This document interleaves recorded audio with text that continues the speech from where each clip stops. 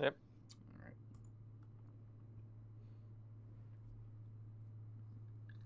Hello and welcome to the Tragikast. This is where we talk about nerdy things in video games, all based off the School of Tragikart Discord. I am your host, Zareth, and I am co-hosted by Kevin. How you doing? I'm good. Oh man, it's been quite a week. Not too much of gaming with each other. What did you do this week? Let's see. I did play a little bit of Storybook Brawl at the beginning of the week, not much near the end. I've been playing Kingdoms of Amalur. I am now further than I've ever gotten into the game. Congrats. Yeah, I did realize though that there is no point in me looting anymore, because the gear that I have is not going to get any better. You literally have best in slot gear. Well, in that game, best in slot gear is crafted gear. Yeah. And I've already crafted top tier. Like, there's no tier above what I've crafted. Nice. So, other than just crafting for the whole purpose of trying to bump up something just a little bit, it's really not worth it, I guess. I don't know. Gotcha. So, Makes I sense. haven't decided if I'm just going to fly through the story now so I can actually finish it, or if I'm going to keep grinding out everything. The side quests and everything else. Yeah. But I do think I'm on the downhill slope, if you will. Yeah, you finally see the finish line. It's a good. Yeah. Yeah, I'll have to play it myself. It's a good game. It deserved to be beaten. Yeah. I probably did put too much time into side quest and stuff to start with. Yeah, that game is massive. Yeah. It did.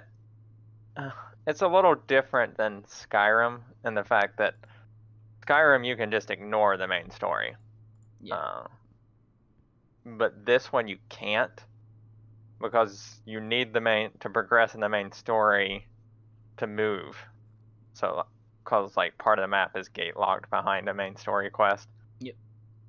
So you can't just ignore the main story, which when I play these types of games, and I don't think I'm alone in this, most people ignore the main story. Yep. 100%. Yeah. I do wish it had more faction stuff, if you will, because you know how like Skyrim has the Thieves Guild, it has the Assassins or whatever. Yep, the Assassins Guild too. Yeah, all that different stuff. This one does have guild. It has 3 guilds in it. It has a Thieves Guild. It has a Warriors Guild, if you will. It's basically a Mercenaries Guild, and then it has a Magic Guild. But they don't feel very guild-like, if you will. They don't feel fleshed out like that. Yeah, it's just like, go here and run these quests. Yeah, and that's basically it. And then it's like I did the magic one, and suddenly I got named, like Grand Mage or whatever it is, or Archsage or something like that. And I'm like, I don't even know what I did to get this title. Yeah, I mean Skyrim, the whole college, you literally become like the dean of the school. Yeah, but you have to like progress through it. Yeah, and you know what's going on. This one was more like the Archsage got like possessed or something, and you killed him, and they're like, "Oh, we need a new Archsage. Why don't you do it?" You already killed him. Didn't know that title was transferable that way. Thank you. Yeah, and yeah, the mercenary one is just basically somebody stole some artifacts, and you got to go find out who did it and kill them. That's basically the end of that. There's not a lot of. The Thieves Guild one does seem the most fleshed out, I think. You do get the. Yeah, you do get the choice of whether or not to basically cleanse it in fire, if you will. Wow. Or if you keep the status quo. Eradicate it. Oh, that's quite the It's choice. not really eradicate. It's eradicate the leadership, if you will, and man, that's kind of take over for yourself. That's still hardcore. Yeah. What did you choose to do? I kept it as is because I don't know. Have you played it any at all? None. Well, I've played the game, but forever ago, so I don't remember Alright. much of it. Alright, so you know a lot of the faction stuff when you complete it, it gives you a twist of fate Yep. that I remember that. well, the factions ones all have a choice at the end of them, and based on the choice you make is what twist of fate you get. And each twist of fate does something a little bit different, and that was one of them was higher evasion, and the other one was higher critical chance or something like that. Yeah. And so I just chose the one with a higher crit chance. Makes sense to me. Min-maxing my decisions based off of personal gain. I wasn't personally, so like the mercenaries one, the way I chose it based on the decision, because one of them was to either let the demon out or to keep it locked up. It's like letting the demon out actually was the better twist of fate, but that one didn't feel very. Just let him free. What's the worst that could happen? Yeah, but so I actually kept it locked up, even though that twist of fate was better. But when I got to the Thieves Guild, I didn't care either way which one. It's like I'm not tied to either of these groups because it's like two different groups going at each other. And it's like they've both used me up to this point. It's like, so where's the third choice for me to get rid of both of them? Yeah, I want the third option where I just kill them both. So yeah, so that one I just chose. Yeah, did a lot of that. But bunch of D&D this weekend. Had 2 sessions. Yeah, that's about it. Yeah, well, that's still a lot. I think the only things I have to contribute is play a little bit of Yakuza. I also played my Final Fantasy VII game that I was excited to hate. I do hate it, but it's not as bad as I thought. It actually plays pretty well. It just would play so much better if it was a console game, because the touchpad stuff on the phone makes it weird for Battle Royale. Yeah. So I played with my controller on the TV, and it still had like lag input. Like, it's just something I was like, man, I actually think I would play this occasionally if it was on console. But it's not. I had fun. I bred some chocobos.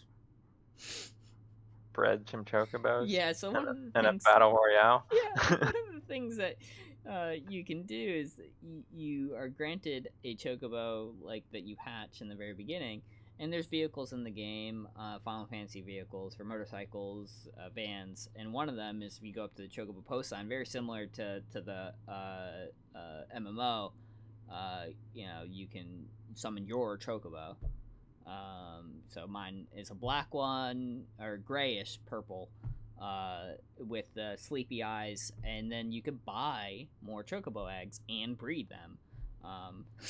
So I did that. I thought that was a nice twist.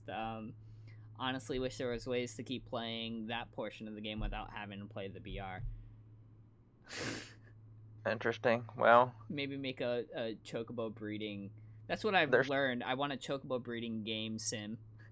Well, there's chocobo breeding in the MMO. Yeah, it reminded me very similar of that. You have to, like, if you, depending on what you wanted, right? You chose specific nuts during breeding. Yeah. I should have thought of that sentence before I said it. Anyway, so it reminded me a lot of the one in 14, but I've realized now that you could make just the mobile game that was that, and I'd probably be like, oh yeah, I'm down. Chocobo Farm. Chocobo Farm. Feeling like it's licensed, but whatever. Yeah, part of the new expansion for 14 is they're introducing private farms. So it's awesome. You'll be able to like grow stuff there. It's part of their way to combat the housing crisis in that game. Yeah, where only a very small player base has a house. Yeah. It makes sense. At the same time, though, just get good at making money, and you don't have that problem. This is true. Or move to a low pop server. And the only other thing to add is I gave Halo a shot.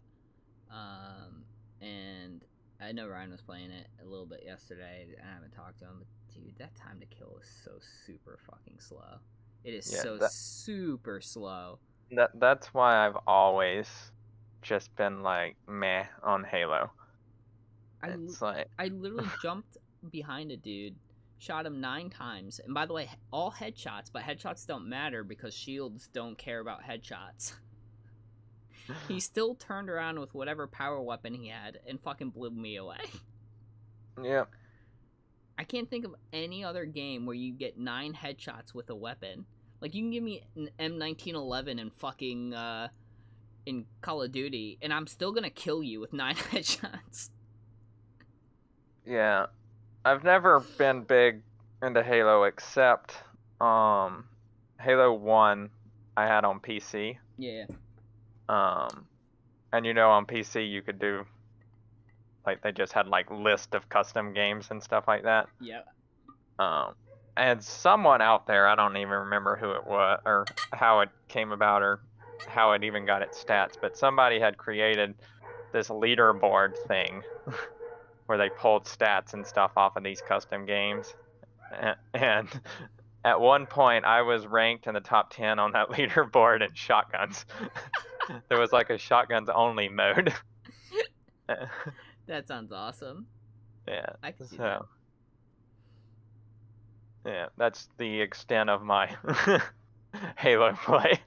I hear you. Yeah, and I mean, I never had an Xbox, so I've tangentially only played Halo a couple times. I used to be that guy that would just try to run around with the sword and stab you. Yeah. And never really succeed because, again, that game's not made for that. Yeah. I'm the same way. I never had an Xbox, so my Halo play was usually playing with other people on their Xboxes. Yep. And normally what I would do is just drive vehicles around. Yeah, I can see that too. Yeah, I'd do that, Banshees and whatever, just because whatever. Yeah. Yeah, I prefer my time to kills a little bit slower. Or faster, I mean. God, slower. I can't even imagine any slower than that game. Yeah, I grew up on hardcore Call of Duty. Yeah, one single headshot with anything and you're dead. I'm right there with you. So, yeah, people that love Halo, I'm glad you've got something to play. It seems like it's pretty good in that Halo sphere, but you're going to miss me on that one. Same. Yep. Alright, well, as you can see from the new releases coming out this week's screen, we have a long list.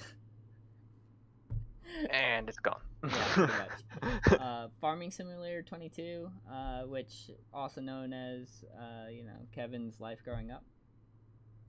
I will have to say this, though. Uh-oh. I have not played this game. Okay. But the simple fact that they keep making this game is somewhat concerning, puzzling, but it means people are buying it. Yeah, I mean, they have, Trucking Simulator, 22 and stuff like that. So I guess people like to live a life that outside of something where they wouldn't in a video game.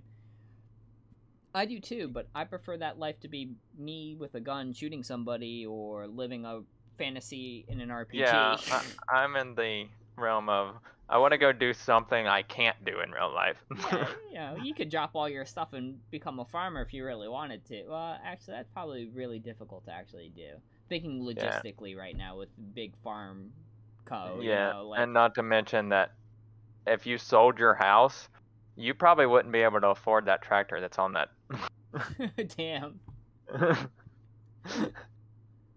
Farm equipment is stupid expensive.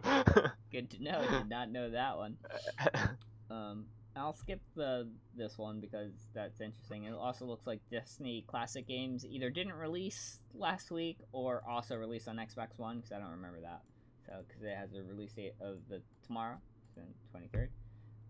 And Death Store, which looks cute. It looks what, like an action adventure RPG. Yeah, by the brief trailer I watched, it looked like an isometric bird carrying a lightsaber. I'm surprised you're not more excited by this. Well, it's not really a lightsaber; it's a laser sword. Isn't It that does what a look. lightsaber is? Well, no, this one actually looks like a sword. Like Oh, I got you. it looks like a glowing red, like long sword. That's the door. Nope. It's alright. But either way. Yeah, not too much this week. Maybe if the Death Store one, if I see a lot of it, maybe I'll pick it up. But I've got so much solo play stuff. Yeah, do and this that. is another one that I imagine we might see on PlayStation Plus or PS Now. True. But yeah, in Storybook news, we had the fall tournament, and Spinzaku, he did a really good job. He crushed it. Yuckmouth too. Shout out to him. He got 6. He did still really well and consistent. He's been awesome.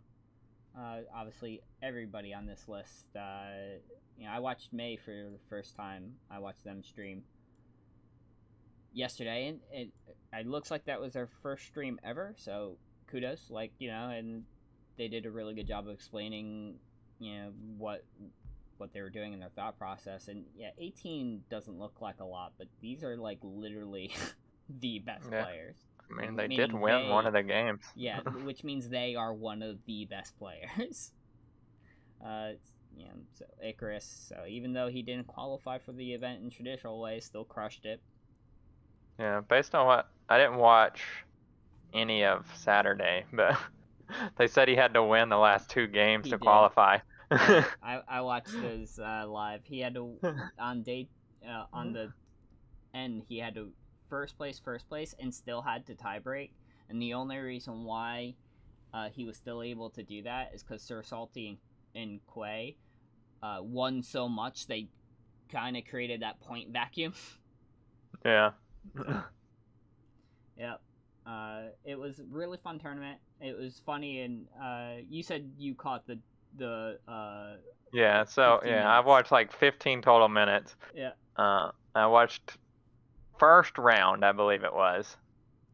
Yeah, because it was final 3 in the first round, and it was Sir Salty, Quay, and who was third? I can't remember who finished third in that one, but whoever finished third was running dwarves. And they made some comment about it was good to see dwarves this late in the game because no one won with dwarves. Yep. On Saturday, not a single dwarves win. Nope. And then I tune in to the very end of it, and I'm watching the final 2, and Spinzaku is rocking dwarves. Yep. And absolutely crushes. It took down that whole entire thing. And if you look at his results too, so 3rd, 4th, 5th, 2nd, that's what qualified him to the 25 point for this one, and then finishes first. Yep. Yep. That was it. That's all he needed to do. But yeah, man, and that dwarf, it was really a clinic of just because someone tells you something isn't good doesn't mean that there isn't a time to run it. Yeah. And he identified correctly that, hey, I know dwarves isn't an endgame comp, but I've got all these golden minions right now that I can just beat people up before they can even have an endgame comp. And that's exactly what he did. And you can tell it was planned. Just excellent play. One thing, though, I do want to notice, and it's something that Yuckmouth said on stream today, the one thing you didn't see, no one ran any sleigh. And I think we can attribute that to Grimsoul. Possibly. Like, even minus the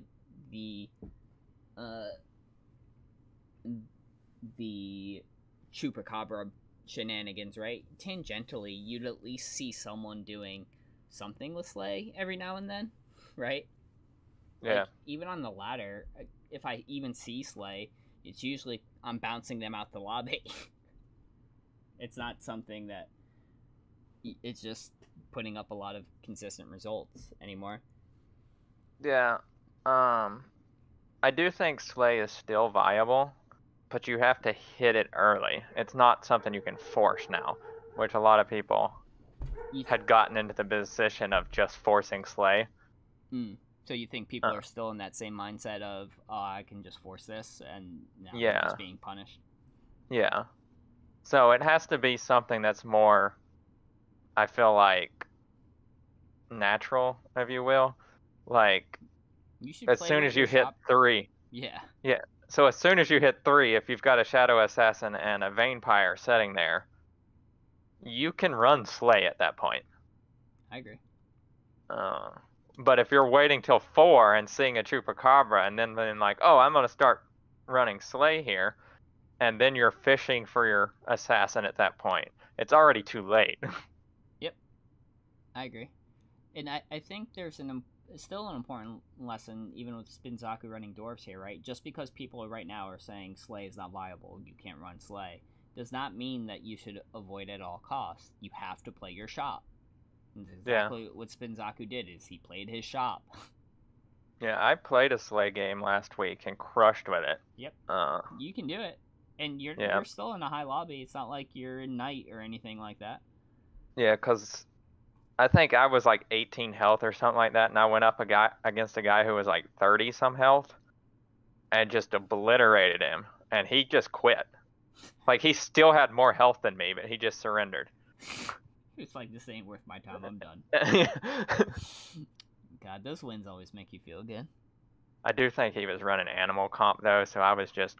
Oh, you were farming all those poor animals in the farm. Yeah, so it was like, sure, you just murdered everybody to get here, and now you're just gonna make me huge. Jeez.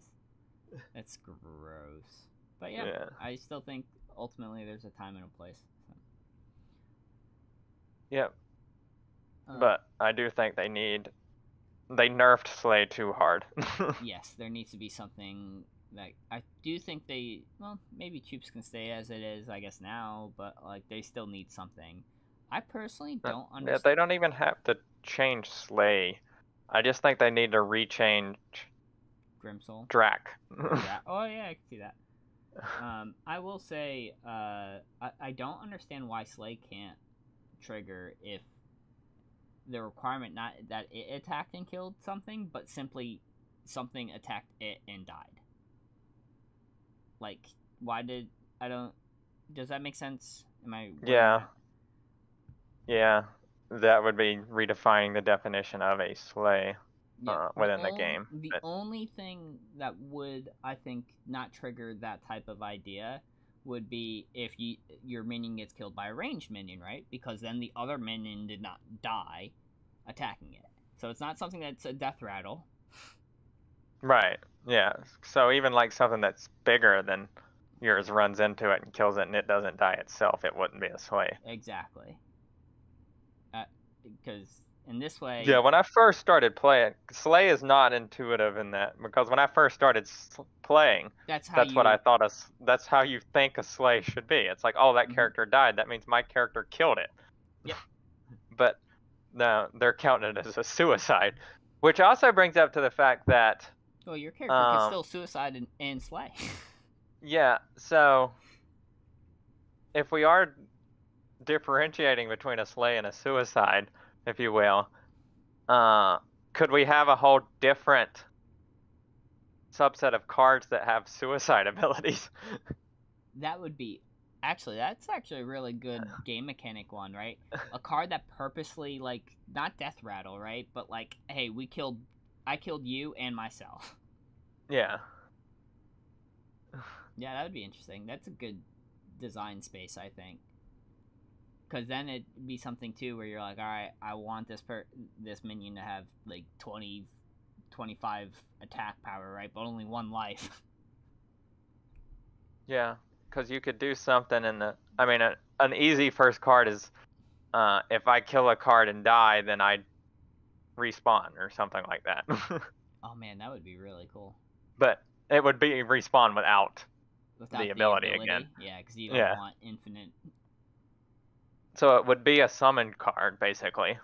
Yeah. So I was, Yeah, man. You should apply to Storybook Brawl Dev. That's a very interesting mechanic.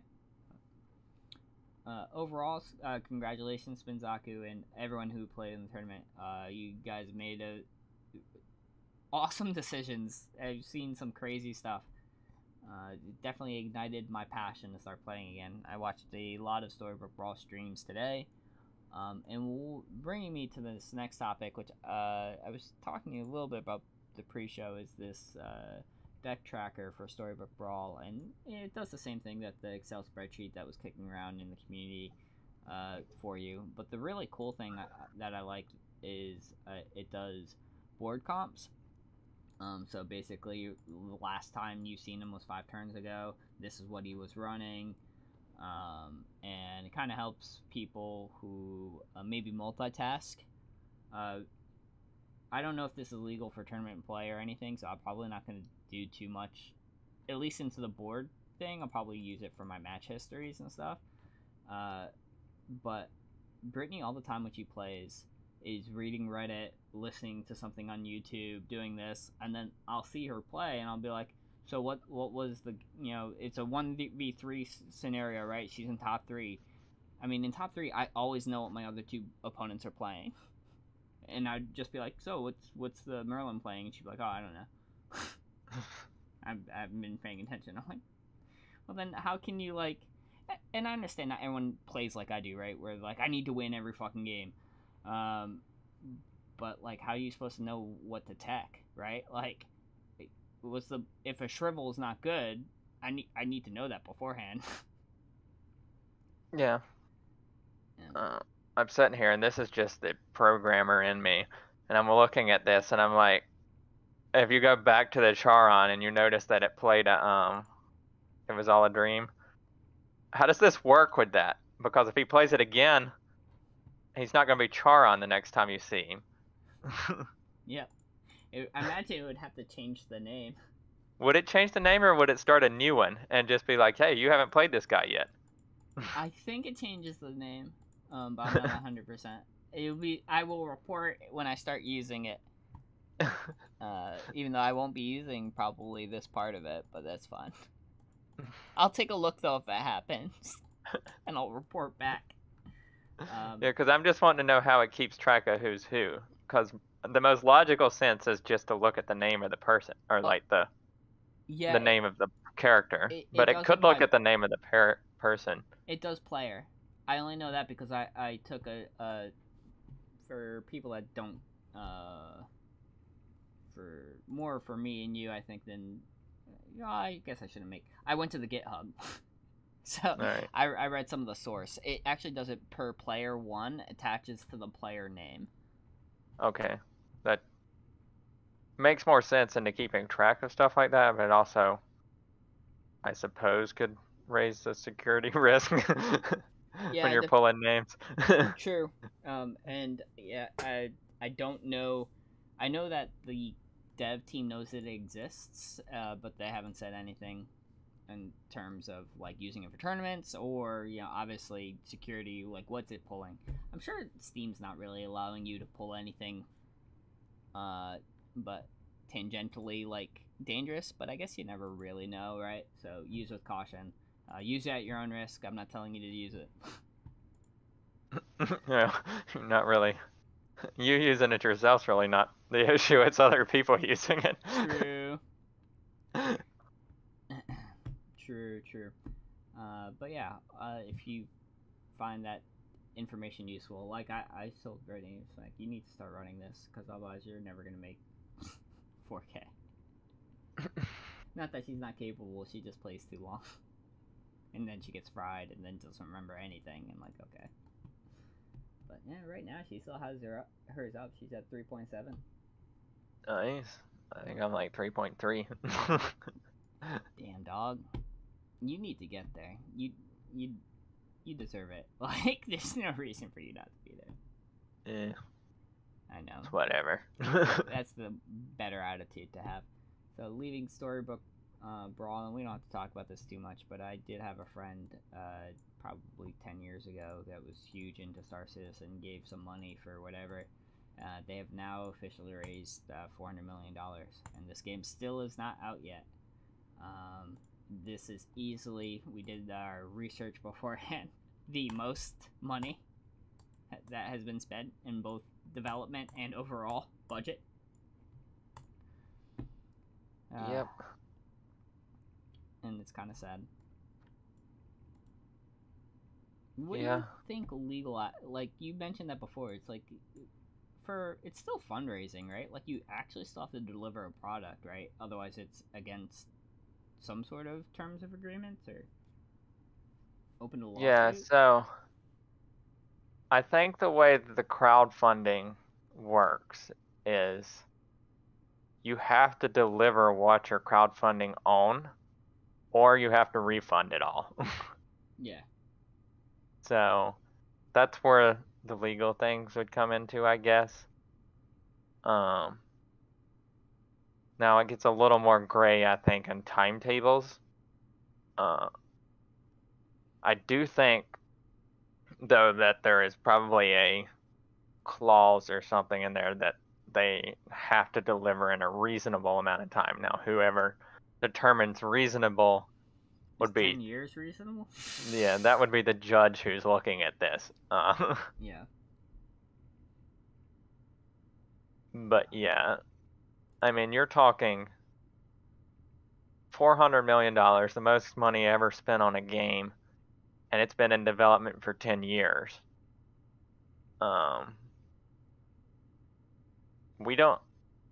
When you look at the gaming industry, 10 years is a lifetime for development on a game. Yep.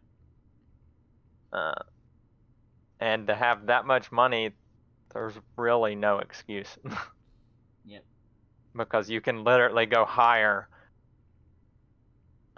basically an unlimited amount of resources with that money.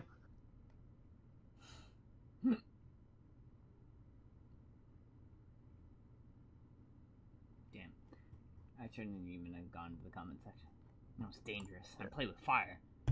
Yeah. But you're right. But yeah. Yeah. Yeah. I half jokingly, but mostly serious, say this is the biggest scam in the history of mankind. Yeah, dude, you can give me $400 million, and I can promise you a really cool game to come out. It never will, but you can give me $400 million. Hey, you give me $400 million, I'll go invest $300 million of it into a game and give you something, and then just pocket $100 million. That's a good point. What's stopping me from outsourcing my game idea? Say, hey, company, I'll give you $300 million. Make this game. It's like, you got 10 to 20 years to do it. I don't care how long it takes. You just have to do it, so, And you know what? The longer it takes you, the more money we probably get, so... Yeah, Matt, take your time. Yeah, I do think that's probably part of this, is the fact that people are still funding it, is why it's still carrying on so long. Yep. So, for anybody watching, stop giving them your money. The game will come out sooner, I promise you. You're probably right. Oh, that's sad but true. But yeah, I know neither of us are too big into that. I know you have tangentially related, like, Star Wars world, right? And, space more than I do. More of a fantasy person, so. But still, yeah. Yeah. So, yeah, I like fantasy in space, like sci-fi fantasy. Yeah. Flight sims are not my thing. Yeah, same. Squadrons, though, you played that a little bit. Yeah, Squadrons was different because it had AR support. Yeah. Or not AR. Yeah. AR. Is it AR? Augmented VR. reality. VR. It's VR. So you played it in VR? Yeah. Oh, that's pretty cool. Yeah, it was real cool. Like, you were legit sitting in the cockpit of a TIE fighter. It's like... That is and sick. my brother he does the flight sim things. That's his thing. Yeah. And so I went and got a flight stick and set it up where the flight stick was where the flight stick was in the VR. So when I'd reach out and grab it. Oh wow, that had to actually feel really cool. Yeah. Which is completely different. But yeah. Yeah, but yeah, I would not have bought Squadrons had it not been for the VR. Makes sense. I think I have Squadrons now because it was free. Yeah. Yep, I still haven't played it. It's somewhere in my library. You never know. Speaking, I know I have this tab up, but this is mostly disappointment because I have not been able to watch this last episode. I'll probably do that tomorrow while I'm at work. But you have seen it, right? I have, yes. You saw the recap? Yeah, I saw the rebroadcast on Friday. You know what? I was gonna save my Prime sub for Yuck, but I'm just gonna use that in Critical Role. Not that they need it more. Maybe I'll spend my own money on Yakima. Yeah.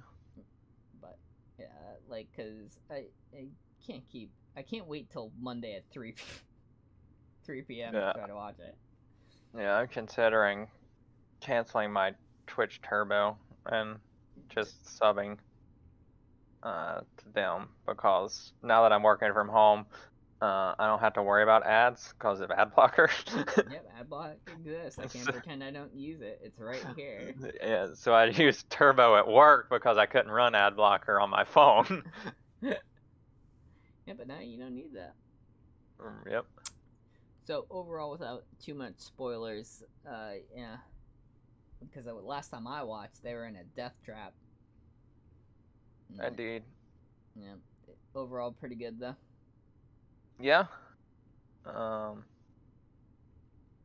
Yeah. So I know he made a comment. I don't know if you caught it right at the end of the episode you have seen, where this feels very much like the Court of Owls. Yes. Yep. Yeah, that was pretty on point.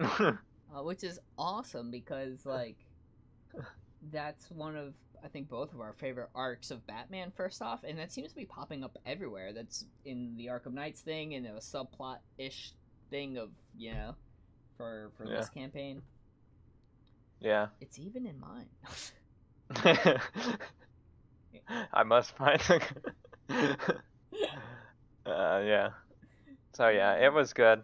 I won't go into anything that happens, but while I was watching, you know how chat gets and like theories and stuff start popping up. Yep. There is a now theory that Travis's character is going to be Grog. Oh my god, are you serious? Yeah. 1 second, I got a phone call. Yep, no problem. But for everybody else just chilling, this campaign has been super fun to watch.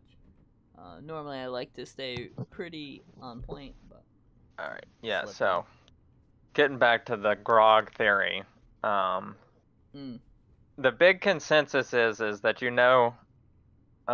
the EXU group are there to look for someone named the Anger. Oh, and they think that's Grog. Yeah. And so the consensus is that the Anger is going to be Travis's character. Who that is, we don't really know. But yeah, a guess that people are throwing around is Grog. Are you telling me we go through another whole episode without meeting Travis's with Travis being there for the intros and then not being there at all? Yes. When can I get that job where I just sit there at a desk, let people talk for a little bit? Because most of the time he doesn't have he may have a small part or holding something, but as director, I'm sure he's CEO. He kind of levies that duties elsewhere, and then it's like, all right, awesome, and then gets up and just goes backstage. Yeah. But yeah, he did tweet out before the episode even aired that we wouldn't see him, so so he has a good idea then of when his character is. Oh, I mean, these episodes are pre-recorded. They're not live anymore. I thought they were still. I thought this one was live. I don't think so. No.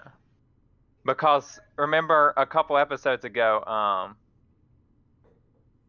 Sam did some one of his little bits at the start, and he was like, they'll put these sounds in post. Yeah. So yeah, I don't think they're live right now. I think they're did still. They actually put them in post? I thought it was just the gag, and I don't remember hearing anything. They didn't put anything in, but it was just a comment. So I do think they are still. I thought I'm pretty sure they're live now. Maybe. I don't know. Either way. Yeah. But yeah, I mean, but yeah, Travis may also have a good idea. He may have known that I'm sure he knows where his character is, and he just may know based on where they are. Well, especially if he's the anger, right? Like. Yeah. If he is, he's like, yeah, I know. I do have to admit, I would actually like to see Grog. Yeah, the only thing with that is how are you going to move a level 20 character down to level 4? You're not. You have to be level 20. Yeah, he is 20 years older now, though, so. Time. Age has weakened him. Either that or he pulled a deck out of the card out of the deck of many things, because you can lose levels that way. I lost 6 levels. Oh man, that's true. And it would make canonical sense for Grog too, because he's always wanting to pull the cards out of that. That's true. He loved doing that. Oh, why do I feel so weak? Yeah. All right. Man. Well, it should be fun. I imagine you have to wrap. Go. Yeah, that's fun. It's boring stuff anyway, because we're all gonna play the same stuff, because nothing's really happened yet. So I hope to catch you all next week. Take it easy. All right. See ya. All right.